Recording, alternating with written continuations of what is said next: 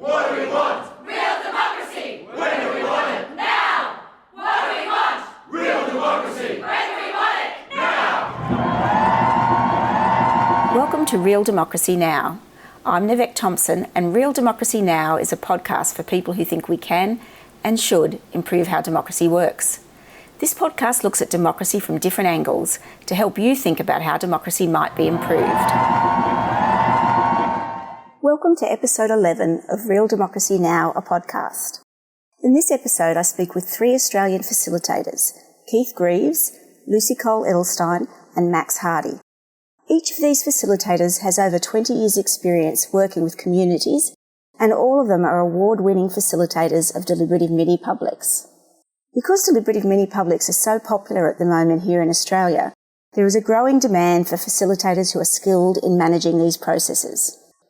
I asked each of these facilitators a series of questions, and whilst they take a similar view on many things, they each have their own unique take on others. I hope you enjoy hearing about how these people approach their work. First up is Keith Greaves, co-founder of Mosaic Lab, a Victorian-based company focused on improving democracy through discussion and dialogue.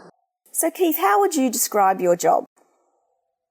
Nivek, my role is something that I often pondered about and spent many years trying to think about how best to describe it. Never quite landed on it well enough until I asked my 5-year-old son, "What does Daddy do?" And he succinctly turned around to me and said, "Well, you help people have conversations, Dad. It's pretty straightforward." That's pretty good. So he since then he's been recruited as my marketing manager. Yeah, good idea. So how long have you worked in this field? Look, I reckon this is my 23rd year of working between community, government and business and specialists of one sort or another, and in my 7th country. So quite a while now, pretty much my whole career. That's amazing. All right, so you've got a lot of experience for me to draw on in this interview. Can you describe the difference between a deliberative mini-public process and more traditional citizens' engagement? Yeah, look, Nivek, we made a call probably about 3 or 4 years ago to just try and do better quality engagement. And for us, that really brought us back to the core principles that we all come together around, which are the IAP2 core principles. And really, I remember Kimber White telling me, in her mind, it's just about doing engagement well. But I guess if there were qualities I had to point to when we're trying to encourage people to do engagement well, it is about focusing on a broad sample. So not the ones that we usually hear from, and I know that's quite common language, but really making the effort to make sure we're getting multiple perspectives and diversity in the room. And also for me, I think the quality of just giving people time, as much time as we can, to get informed in ways that are useful to them. So asking them what information they need, who do they want to hear from, giving them time to digest that before we jump straight into the rational output that we're after. Now, that might be a full-on citizens' jury process, or it could be even just embracing that in any of our engagement activities. So I think there's deliberative principles that can go into pretty much any engagement we do. And there's little reason why those principles shouldn't be adapted into our day-to-day activity and engagement. You made mention then about the IAP2 principles, and I know on your website you have sort of like what looks like a mission statement to drive democracy through discussion and deliberation. And one of the things I find quite interesting is that the IAP2 principles aren't really drafted to specifically relate to democracy as such. I mean, they can, but they could equally relate to a business setting, with a corporation wanting to get a license to operate or something like that, or just wanting to hear from their customers. And so what's your view of that sort of how the IAP2 principles and spectrum and so on fit in with the concept of democracy?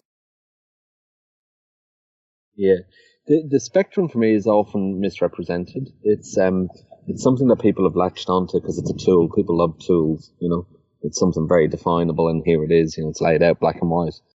For me, that's not what IAP2 is about. It's great that it's had traction and got some audience for IAP2, but the 7 core values of IAP2 about, people have a right to be involved in things that have an impact on them, making sure that we're hearing all perspectives and viewpoints, enabling conversations, and I'm not quoting them verbatim, Nivek, but these are about qualities of enabling conversation in a way that's useful. For me, that's about data and access to data. Being creative about how we have those conversations. So not working to a prescription of, we only ever do it this way. Being clear about the feedback and the impact and the learnings that you get from processes. So for me, these are all fundamental elements.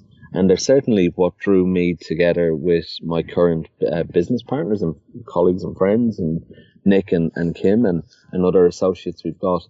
And I think what resonated for us was we all felt at the heart of what we tried to achieve, those core values resonate for us. Now, how we apply them depends on the circumstance, the time, the complexity, the issues, our capacity.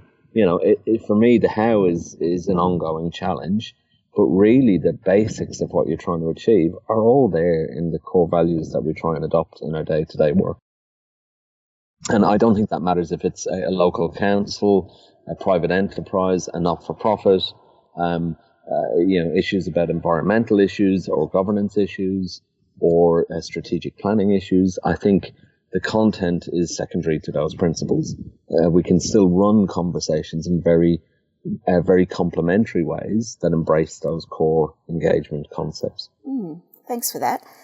And generally speaking, do clients come to you asking for deliberative processes and or mini publics, or do you recommend them to your clients? I think sometimes they do because they think they should be doing it.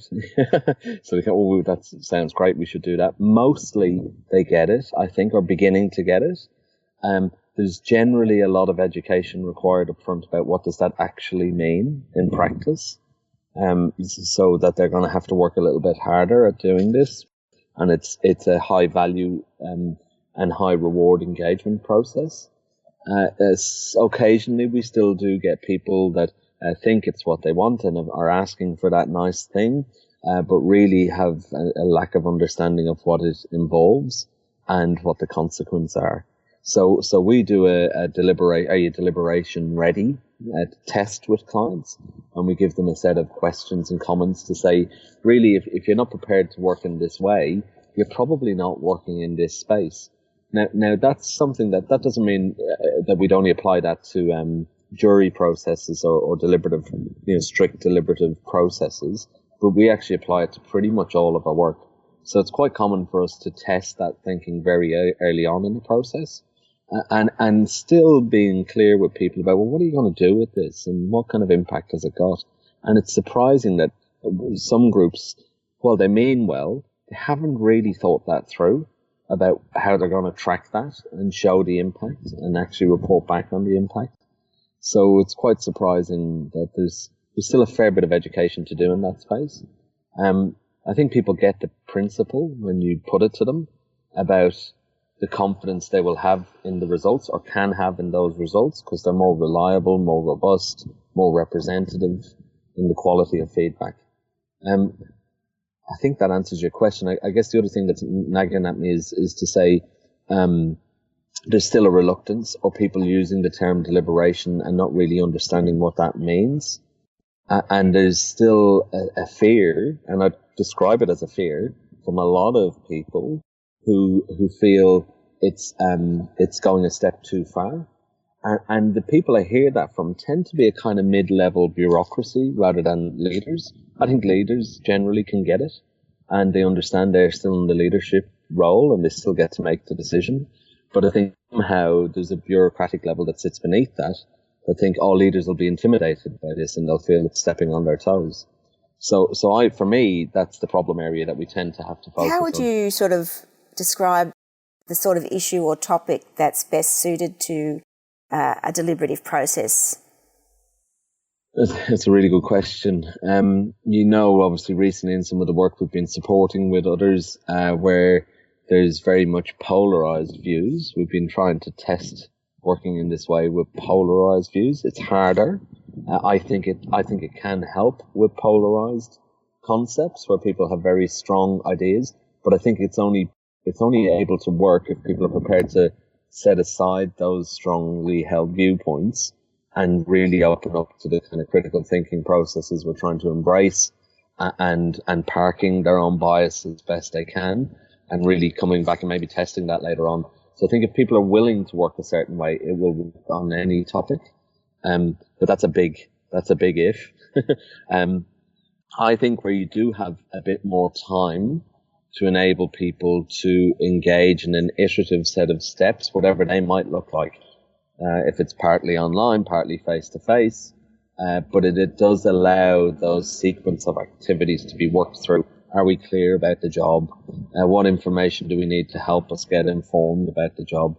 Are we having the different range of perspectives? Do we've actually got time to digest that and think about what are the key issues? Is there time to ideate and test our ideas and work through which ideas we think have the best traction with the job that we have in hand? So I think it probably would work with most scenarios, provided some of those factors are in place. If people are prepared to work in that way, if there's a genuine remit for the opportunity, and if we have some time to work through those steps. So I think if people give the time to it, it's probably going to be moving to a poor level of engagement. Sort of the next question follows on a little bit from what you've just been talking about, but are there any particular downsides to deliberative mini public processes that you've experienced?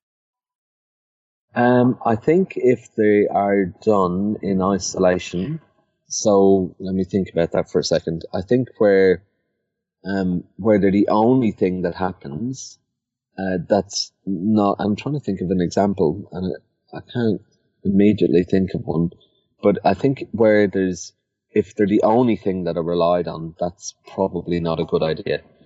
So definitely the principle of allowing anyone to have a say, I think needs to be embraced.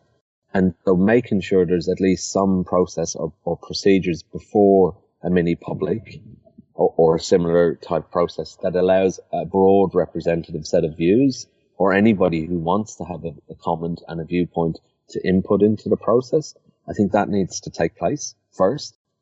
And I think it actually empowers the mini public to realize you have a job to do. It's not only working through this remit and this data, but it's also making sure we're hearing those other voices and considering their views in this discussion.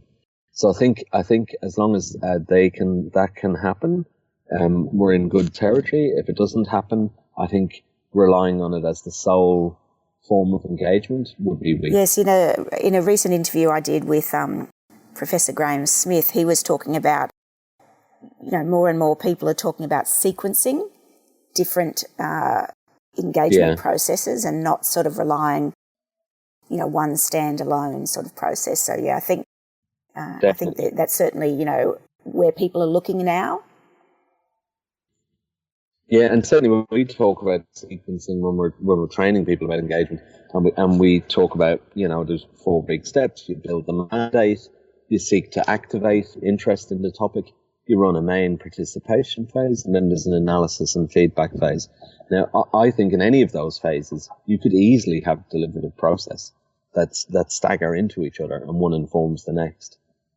So I think it's a principle of how to engage that can be brought in lots of creative ways all along the chain of events in an engagement plan. How do you manage the potential tension between what a client wants from a process and maintaining the integrity of a deliberative process? And one example that comes to my mind, and you've already touched on, is the amount of time that's allocated to the process.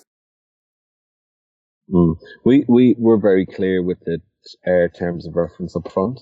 And negotiating how we're prepared to work or not.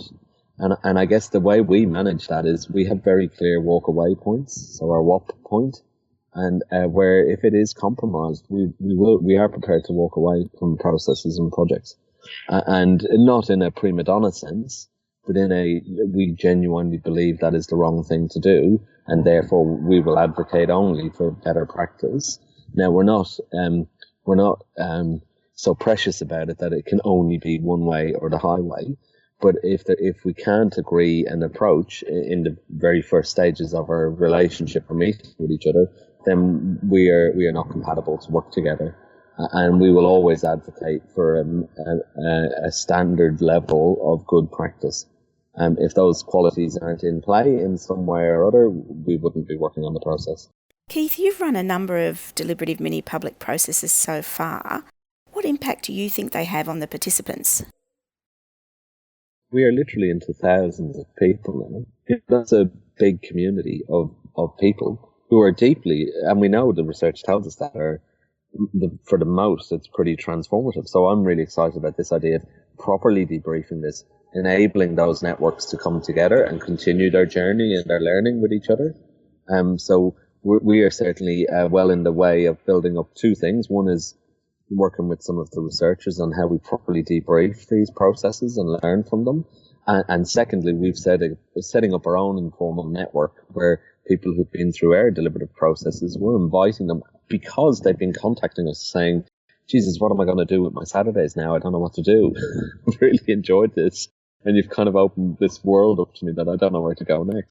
So that sentiment has resonated for us. So we're setting up a collective or a network that we're going to support in an informal way. And we're calling it just tentatively, but probably it'll stick. I've deliberated, now what?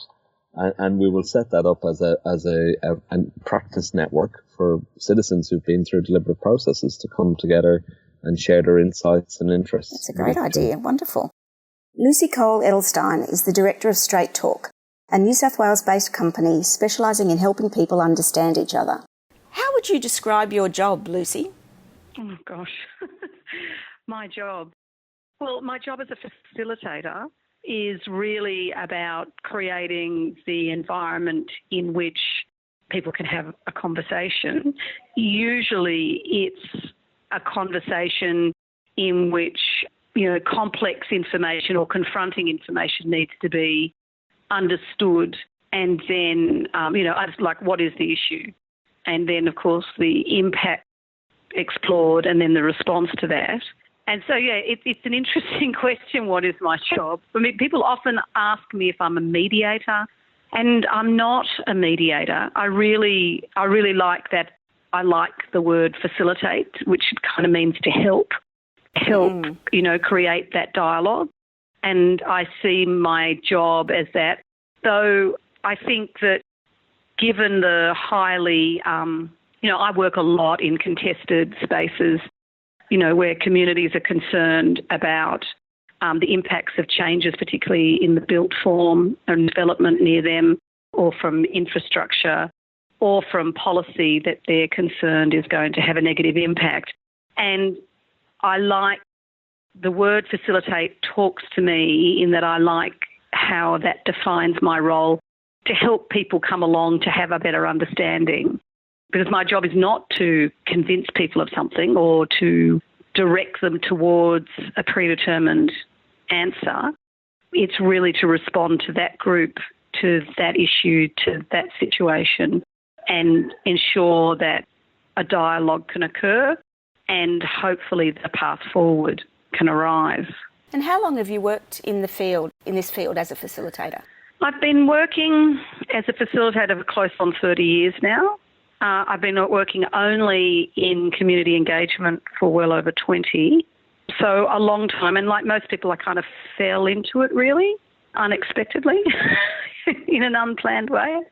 So you fell into facilitation generally or into the citizens engagement side of it? A bit of both really. I started, I think most facilitators have, leadership qualities of some order, because you're leading a group. And so clearly, that kind of came up fairly early. But I started out in the community services, in the human services area, and I maintain a strong passion for social justice and things like that. And so I was at the very, very early days of the consumer movement in the disability and mental health fields. So convincing government and services that the people who actually use their services had a voice. At that time, that voice tended to be dominated by the by the voice of carers who have a very strong, and have a strong role and an important advocacy role, but they're not actually the users of services, and they don't always represent all the needs of users. And I just really developed a passion for working with people. And I think that the thing that keeps me going is that there's not a project that I work on that I don't learn something, and that I'm not delighted by or challenged by something that's arising from people. So that's kind of why I keep going, even though often what I do is, tough. I really like that. I like the way you talked about being delighted by it, because I think that would be the nicer one than perhaps the challenged. I can think of some that you've been involved in that perhaps have been more challenging than others. So. Yeah, well, but everybody has something. I think that it's like every conversation, everybody has something to contribute.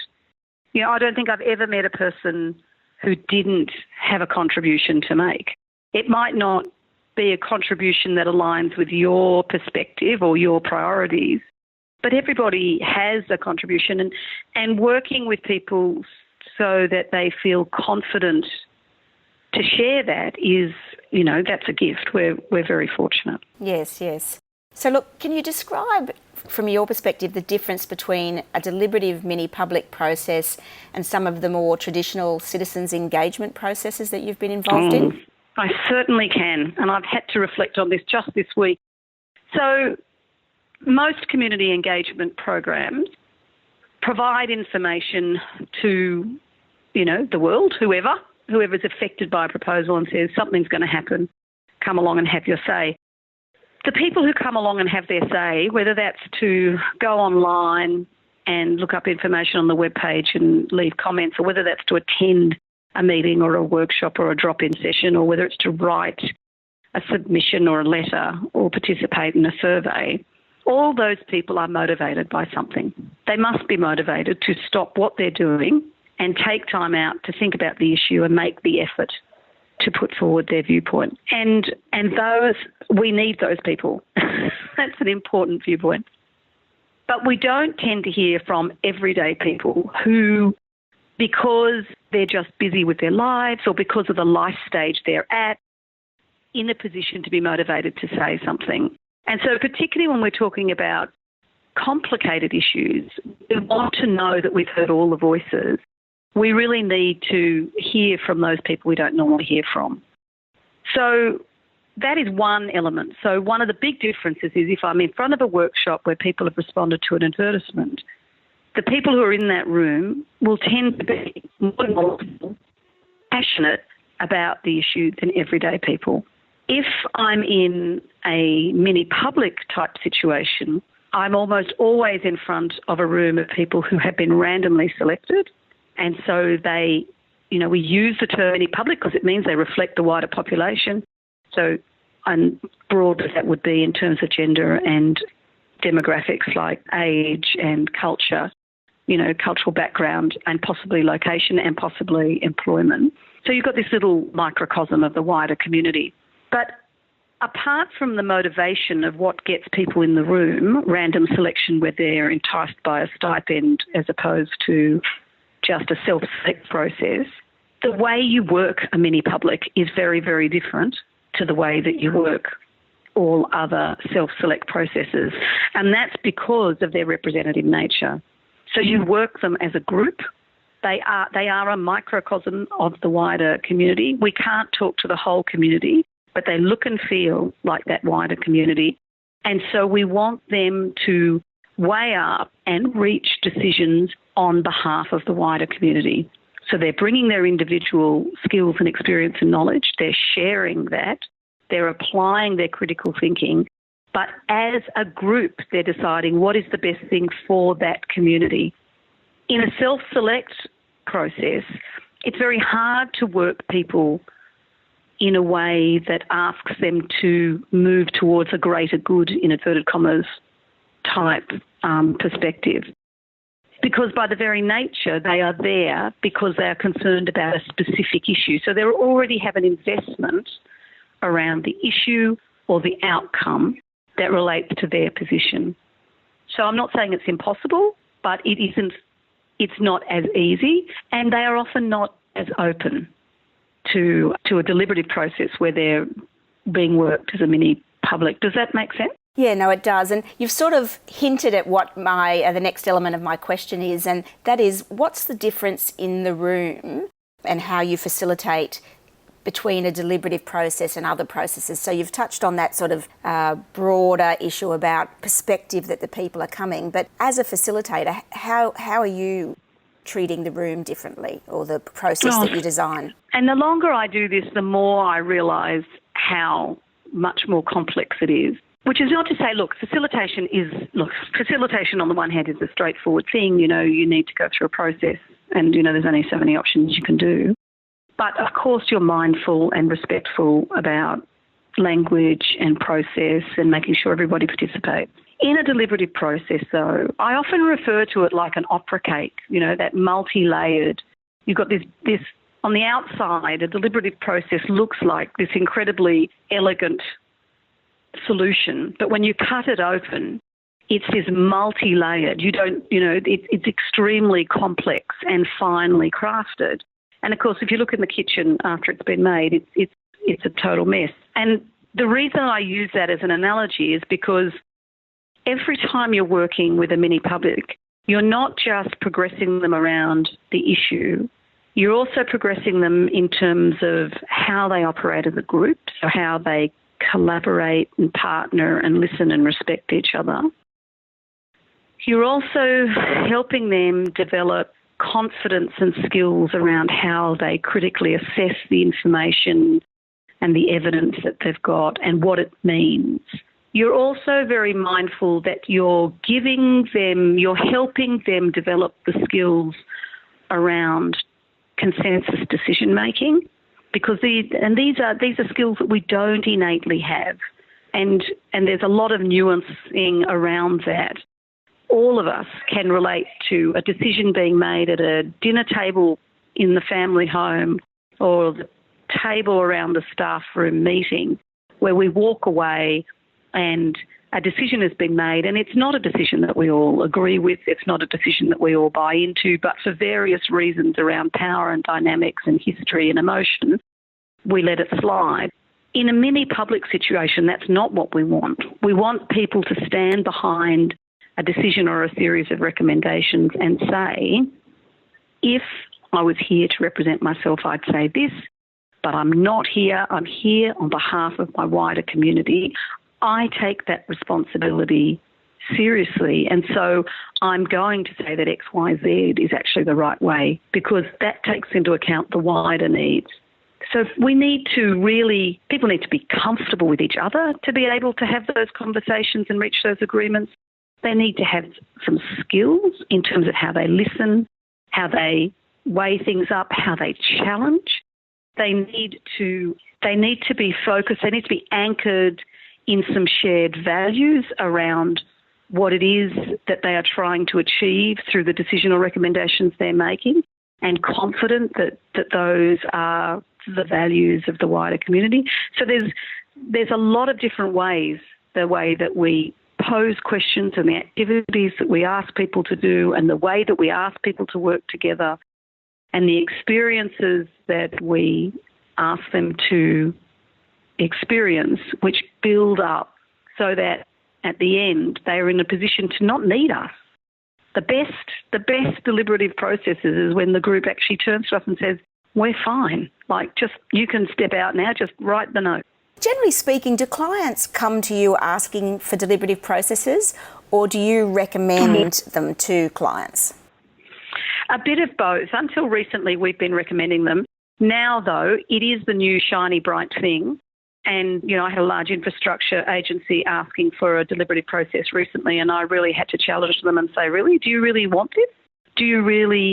Is that really, are you actually going to act on what people tell you?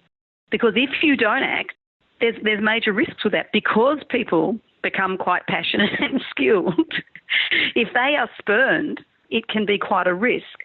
So certainly it's through the great work of New Democracy Foundation, the deliberative process, the deliberative approach is gaining a lot more traction and a lot more awareness, but I don't think that many people don't understand. They understand random selection. They don't understand mini-public.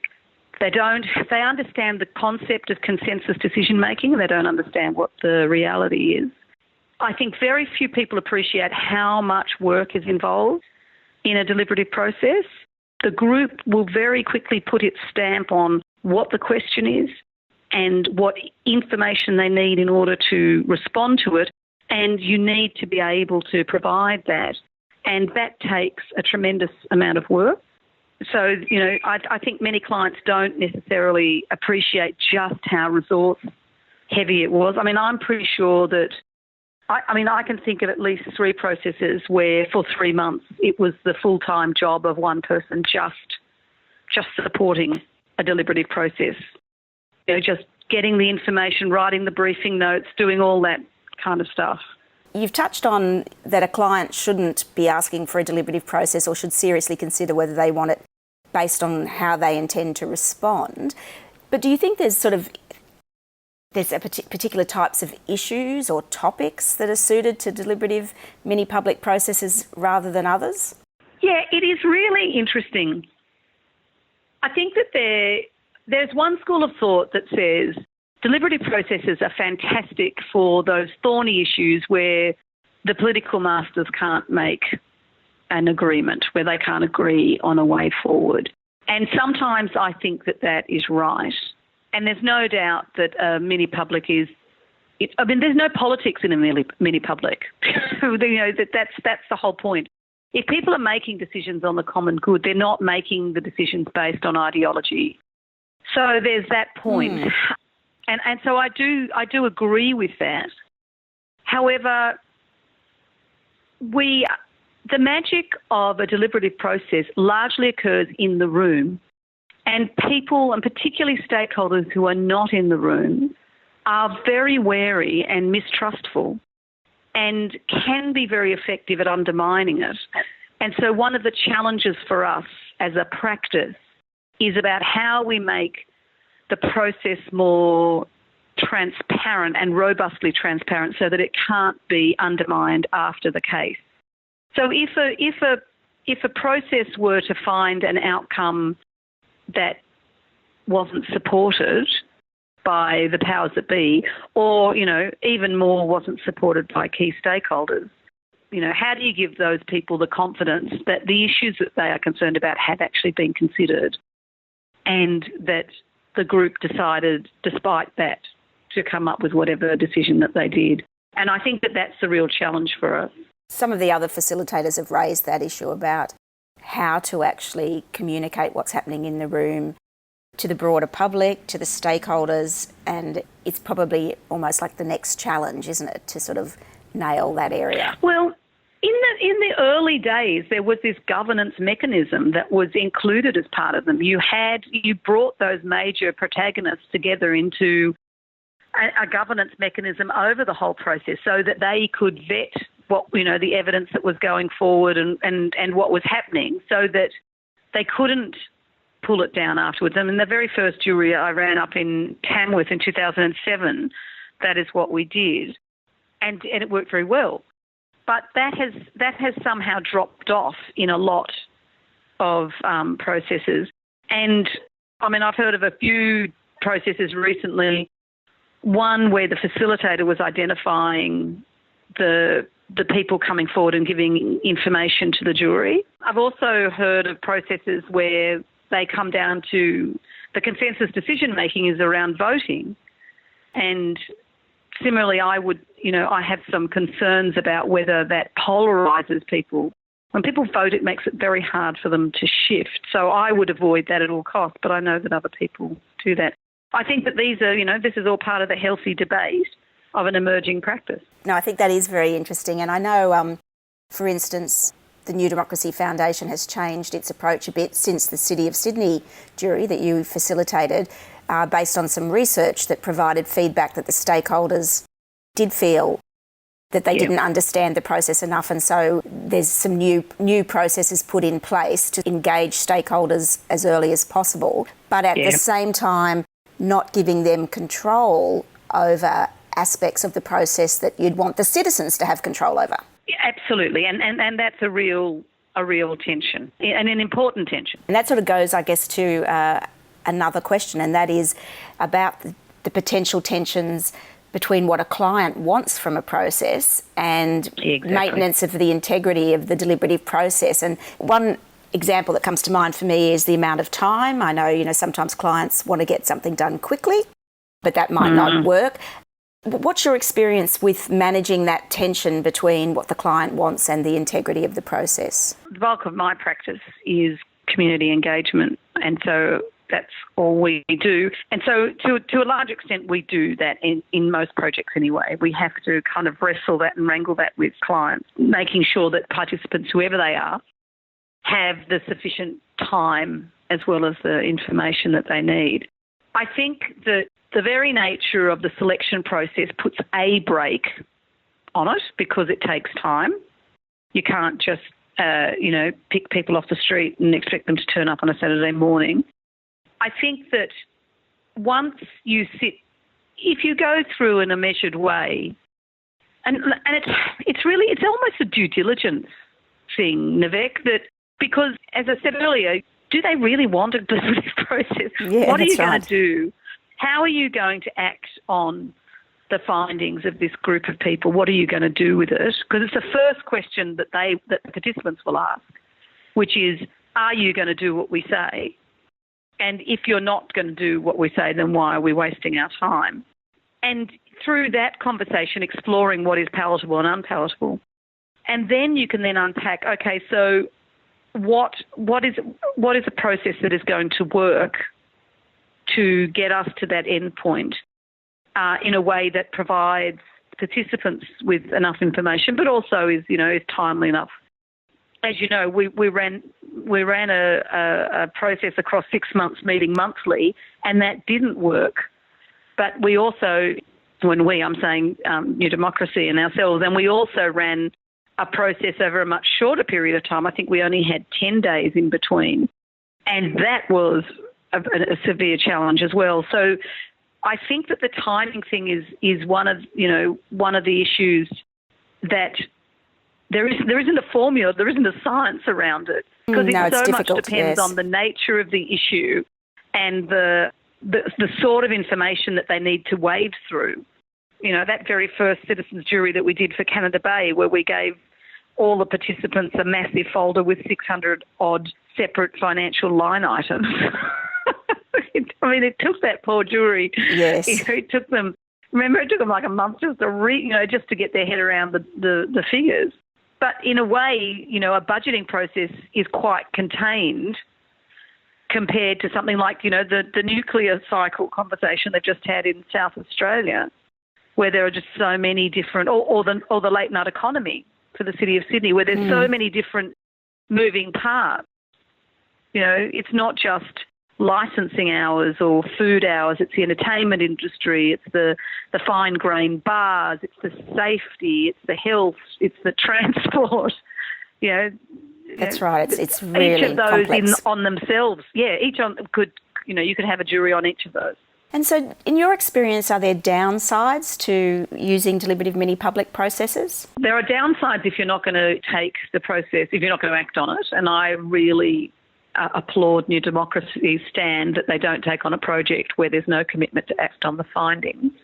I think that there are downsides if you're not prepared for the honest conversations, because there is something, when you give a group of people that mantle of responsibility to represent the wider community, I have never been in a process where everyone did not take that very, very seriously. That nobody accepts that lightly. And in fact, a really common response is that by morning tea, someone will come and tap you on the shoulders and say, look, I really appreciate that you asked me, but, I'm just not the right person. I'm not good enough. I don't know enough. Because that responsibility, it's a big responsibility. So because of that,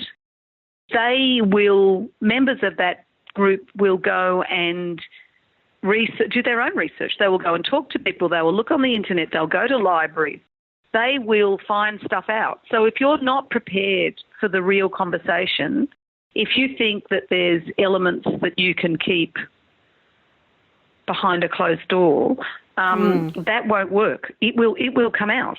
And, you know, we've had numerous instances of that where the client has just neglected to tell us something.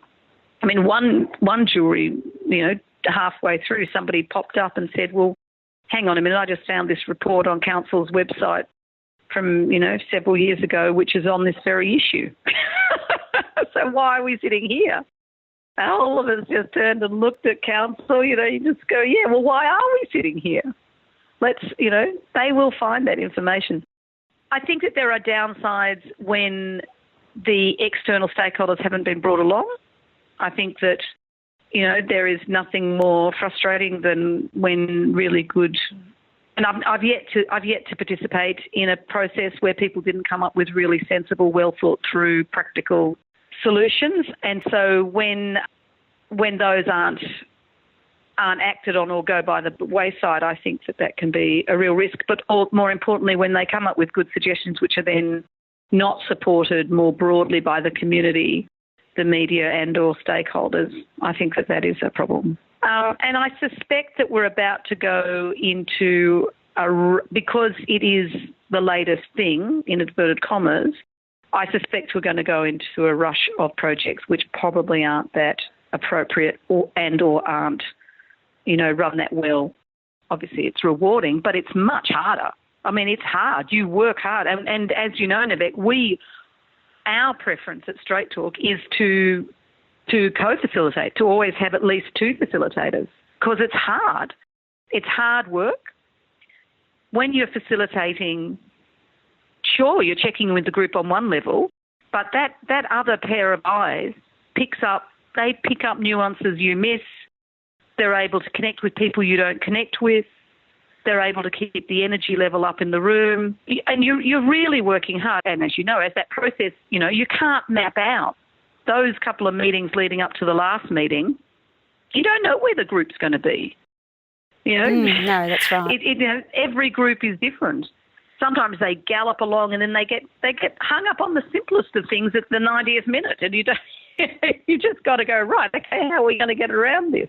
People learn so much. That's why it's such a rich experience, because it's as much about challenging themselves. I mean, that's not the purpose of the process. And, you know, my job isn't to facilitate personal transformation of participants. But for many people, they've never worked in a collaborative way. They've never worked in a team. And there's something very rewarding and a whole different skill set involved in that. You know, it's hard to see your idea be morphed and changed into something else and accept that it's better. You know, that's not an easy thing for any of us to do. Is there anything else about deliberative mini-publics from your perspective as a facilitator that you think people would be interested to know that I haven't really drawn out? Only to say that it is so delightfully creative. You can use so many different techniques. I think it's a trap to use techniques for technique's sake, because you're working the same group generally either on consecutive days or, you know, over and over again. You need to keep things fresh and keep people engaged. So there's a lot of opportunity for creativity. And as facilitators, there's, you know, that's one of the reasons that I really like it. I think also that the thing I keep coming back to is when you think about each process and what were the visceral moments when people made a big shift, it was almost always when they heard an authentic experience from someone or when they actually experienced something themselves. So getting people out and about. So for the City of Sydney late night economy one, the safe and vibrant nightlife, remember we took them on a tour starting, I think we started at 10 or 11 o'clock at night until 3 o'clock in the morning. And that was just that, you know, because there were people in that group who had not seen Sydney, at that part of Sydney or that part of Sydney at that time of night ever, or for 30 years. And that was such an important moment for that process. And finally, Max Hardy is the principal at Max Hardy Consulting. Max is based in Victoria and works with leaders and organisations to achieve results through collaboration. How would you describe your job? It's quite varied. Increasingly, my job is around helping governments and community to work out tricky stuff.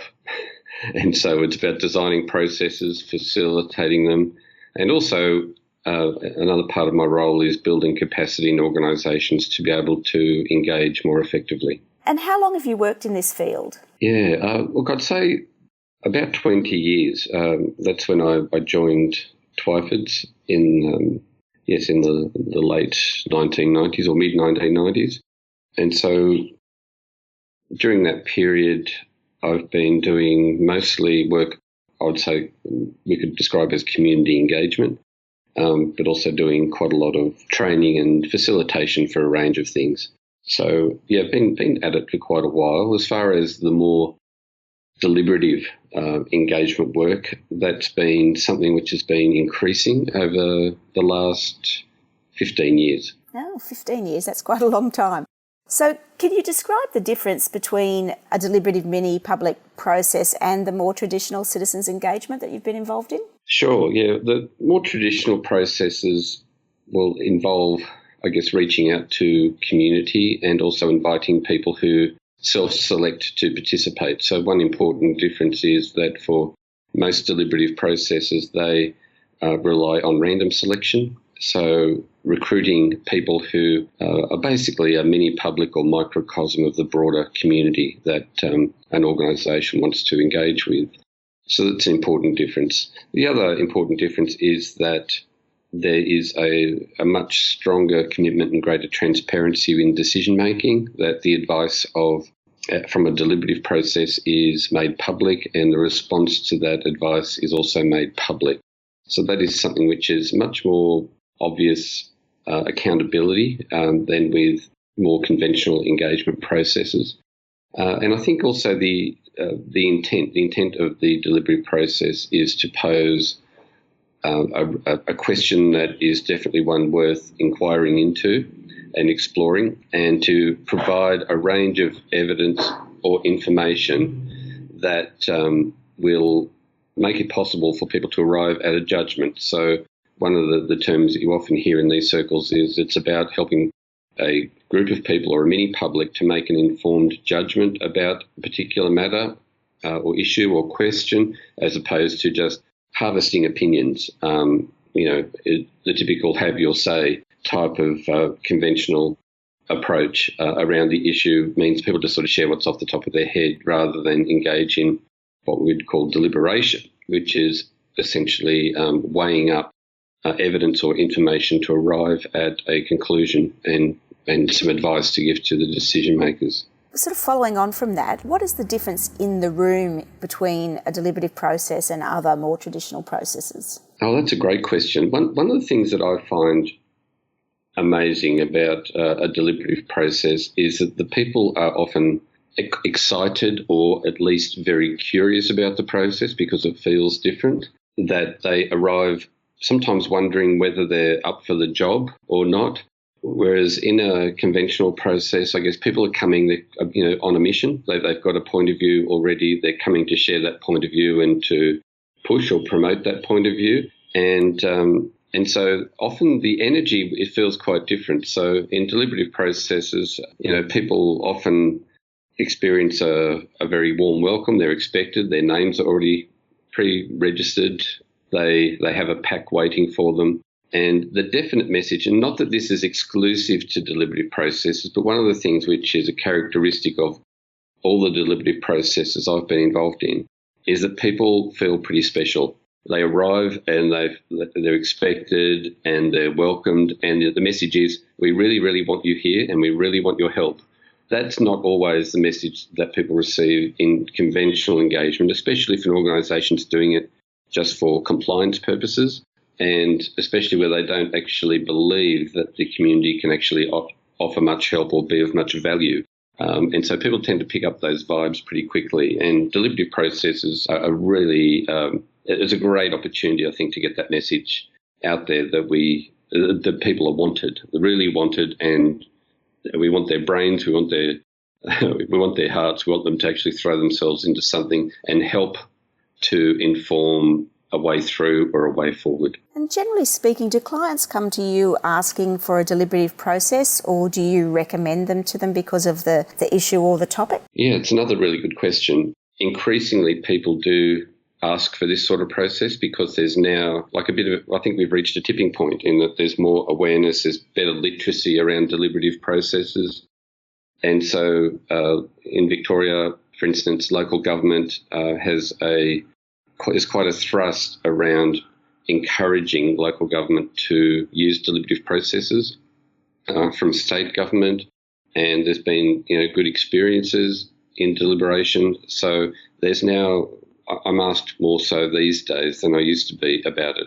I'd say up until the last 3 years, I was never really asked to do a deliberative process, except perhaps on one occasion. I had one client who was quite a progressive public servant in Canberra who wanted to use the citizens' jury process for to look at issues around disability and the extent to which people with disability were feeling thoroughly included in every aspect of public life. And so he researched it, and he came looking for people who could actually help him to do this sort of process. And that was in 2007. And at that time, there wasn't as great an awareness of deliberative processes, even though there were things happening in Western Australia, of course, with Alana McTiernan and Jeanette Harts-Carr, who were running them in the transport area. But generally speaking, there wasn't a great deal of awareness about it.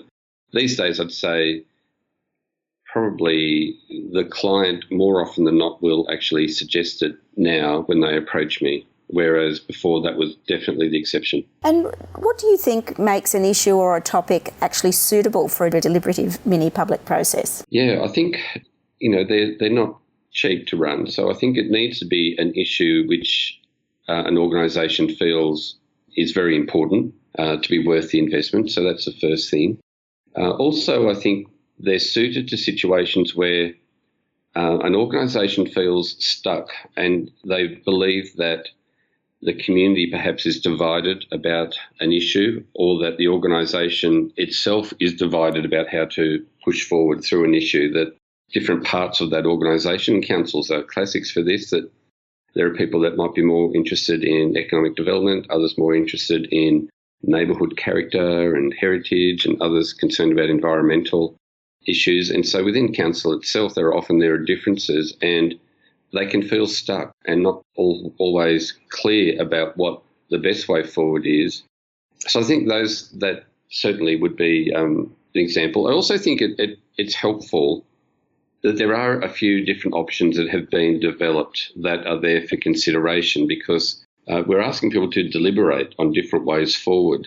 I think that what is a little different around some issues that are still very important, it may be that, in fact, there aren't any options on the table yet. In fact, we're still coming to grips with what the problem or the issue or the opportunity is. And so for some of those processes, rather than the classic citizens' jury model, that consideration for a co-design process, similar to what the EPA recently did in the Latrobe Valley, that it was saying, well, we kind of got, we have a situation, we're committed to a new solution. We want you to basically co-design the solution. And that's actually quite different from many other, or most deliberative processes, where we're saying, okay, we can either do this or we can do that or we can do that or something in between. And what do you reckon? So deliberative processes for me work well when there are a few options that have been developed in an earlier phase, maybe through broader engagement. And now we're starting to converge. We're starting to get to that point where we really need to bring something to some sort of conclusion.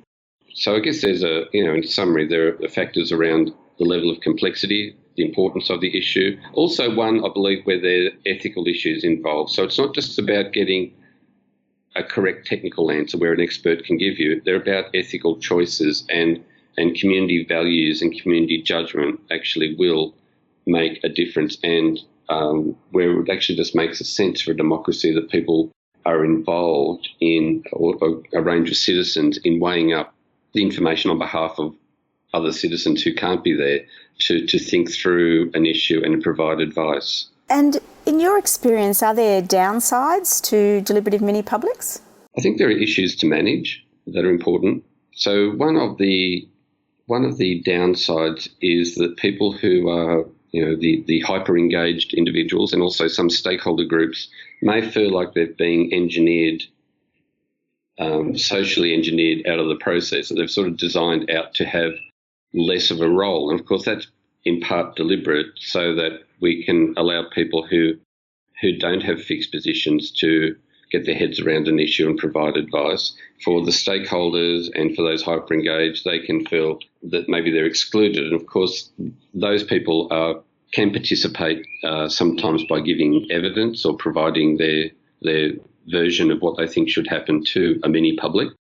But I think there's another important aspect to consider here, and that is if in fact you need your stakeholders and to be part of implementing a solution, it's actually fairly important that they feel well connected to the process. So sometimes them just being there to monitor, to observe, to give some evidence is enough for that. But sometimes if in fact a solution is being generated which might require those stakeholders to actually participate in the implementation, that kind of role may not be sufficient. And in that case, it may be that using some sort of framework like collective impact or co-design may be more appropriate where those people can participate more fully, because what we find, I guess, with deliberative processes is that citizens go on this amazing journey and they will change their mind on a number of occasions about the issue, and they build up a respect for different points of view. That isn't generally the experience that stakeholders will have by just turning up and giving evidence or then just observing. So when they're more involved in the process, they might also go on that journey.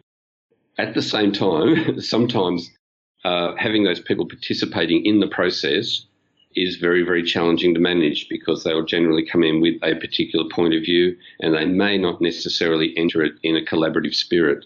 So there are some things there, I think, to consider.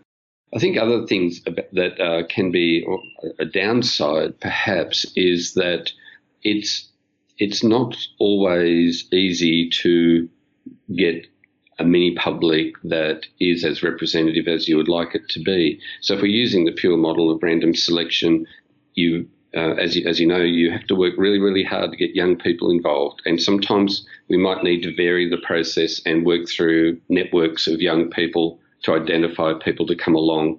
So actually we get the kind of mix we're after. It's not kind of to water down the importance of having random selection for these processes, but they're certainly weakened if we don't get the younger demographic involved, and sometimes going directly to young people and inviting them and through people that they already trust is, I guess, a variation in terms of the recruitment process.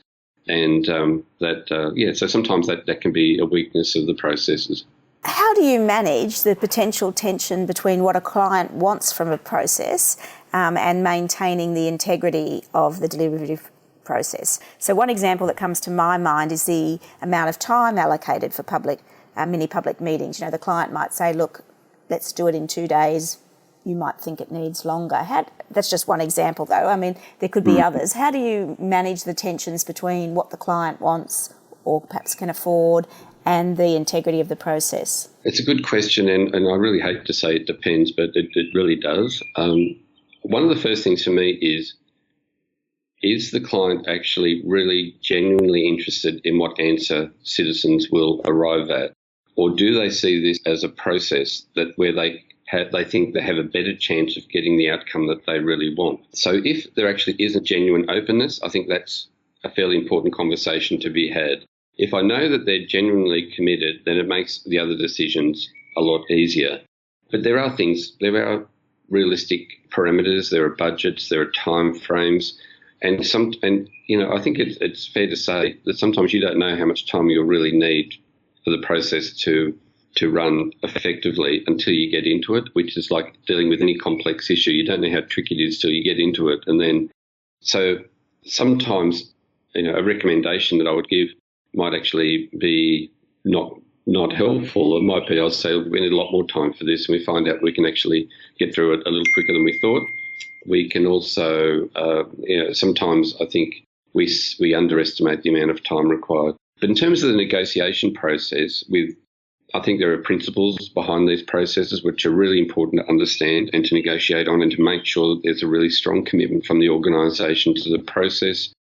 I think that one of the ways of managing this is simply to call out if we believe that, in fact, the integrity of the process is being jeopardised. So one process I remember, there was a council was supporting a process, and one of the councillors decided that they didn't want to be an observer anymore. They wanted to actually join the table and start getting involved in the conversation. And clearly that was certainly a breach in terms of the integrity of the process.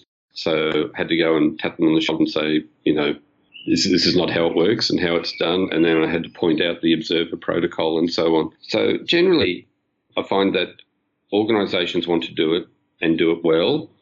And my assumption is that they want to do a process which actually stands up to scrutiny. So if they're taking shortcuts or they're trying to unduly influence the process, actually just pointing out to them that the very reason why you're doing this is to have a process that has integrity, and any sort of meddling from them is likely to bring that undone, and therefore not give them the kind of outcome or confidence in the process they're seeking. Generally, they get that and step back, but it's actually very hard for them sometimes to step back and allow the process to run. Equally, I think it's important for practitioners like myself to talk with them about how this process might work for them and what they need from the process, not in terms of what the actual outcome is, the decision, but what would give them confidence in this process that would make it more likely that your decision makers will give due weight to their work and are likely to be influenced, or at the very least to seriously consider their output. So I think those conversations up front are really important. There's never been a project where there wasn't more work involved in building relationships, building understanding and support for the process in the organisation than running the process itself with the mini public. The sessions with the mini public tend to flow pretty straightforwardly. Sometimes they can be challenging in different ways, but generally they run really, really well. The harder work is actually getting clarity around the remit, clarity around the purpose and the commitment to the process in the organisation. There's much more work involved in that than there is in just facilitating the process. And Max, is there anything else about deliberative mini-publics from your perspective as a facilitator that you think people would be interested to know? Yeah, look, I've got lots of different what I'd call imperatives to manage well with these processes. I think one of the imperatives for me is thinking about, do we want to do a mini-public or a deliberative process because it's different or because it's now becoming trendy, or do we actually think it matches what we're trying to do? And I think what's important around deliberative processes is that we're not seeing them in isolation from broader engagement. That I think that one of the weaknesses that I could have mentioned, which I forgot to before, was it's still a relatively small number of people. So it's very easy for the broader public to say, well, that's well and good for 20 people or 30 people to come up with this piece of advice, but, no one asked me. And therefore that might mean that there's less confidence in the process, and it might be easier for decision makers to therefore walk away from it if they think the outcome didn't really suit them. So I think that one of the challenges is going broad and going deep. And going broad, I think there's, through technology, social media, lots of creative ways of connecting with the broader community is actually very important. And what we are, experimenting with constantly is trying to join up the broader process with the deeper process and building confidence in that. And, I think that there is, interesting opportunities around doing that, for instance, with Synthetron, with online forums such as Bang the Table, Engagement HQ, but also working through existing networks and encouraging people to have important conversations and making it easy for people to talk about this stuff and making it easy for many people to be involved, and then looking at ways to actually draw in some of the themes from those conversations to provide that as additional information and evidence even for a deliberative mini-public to consider. So I think that's one of the challenges, one of the areas where we're starting to experiment, and technology is making it more possible, I think, to go broad, and also to even to, I think, through technology now that, that we're starting to experiment, also encouraging people to be more deliberative, even in the online spaces, to consider different perspectives and to think through an issue and to sort of frame the challenge of the particular issue and have people think and reflect on their own position, their own assumptions and so on. But I think how we go broad and how we go deep, that's important. I think there are a number of frameworks that are worth considering. In addition, I think that where there are lots of merging of different processes, looking at the Twyford's collaborative governance model, which involves the community designing the process itself, designing the remit, is an important variation to consider. Looking at the collective impact model, where in fact what we need is a whole bunch of people in organisations who are part of the solution, not just a single organisation. But if you have multiple organisations that need to make decisions, well, having just one organisation sponsor a deliberative process is not going to give you a solution. So collective impact provides a framework for many organisations working with citizens to develop solutions and implement those solutions. And I think the co-design process around not starting with options but actually to co-design a solution together is another framework. And what I'm seeing is that we're kind of playing with different elements of those different frameworks to try and customise the right sort of solution or right sort of process. When I say right process, I don't think there is often a right process, but to come up with a process that people can commit to, not just decision makers, but also that stakeholders will look at and say, yeah, that sounds pretty robust. That's good. I think I'm happy to support this process or participate in this particular way. So lots to consider, lots happening in this space, that's for sure. In the next episode of Real Democracy Now, a podcast, I talk with Adam Cronkright from Democracy in Practice about how they use random selection and deliberation in their work with school students and school councils in Bolivia. I hope you will join me for this episode. Thanks for listening to Real Democracy Now. You can find more about today's topic in the show notes at www.realdemocracynow.com.au. If you enjoyed this program, please subscribe to this podcast, write a review, share the podcast with your friends, and join the conversation on the webpage or on Facebook or Twitter. I'd love to know what you think is the essence of a real democracy.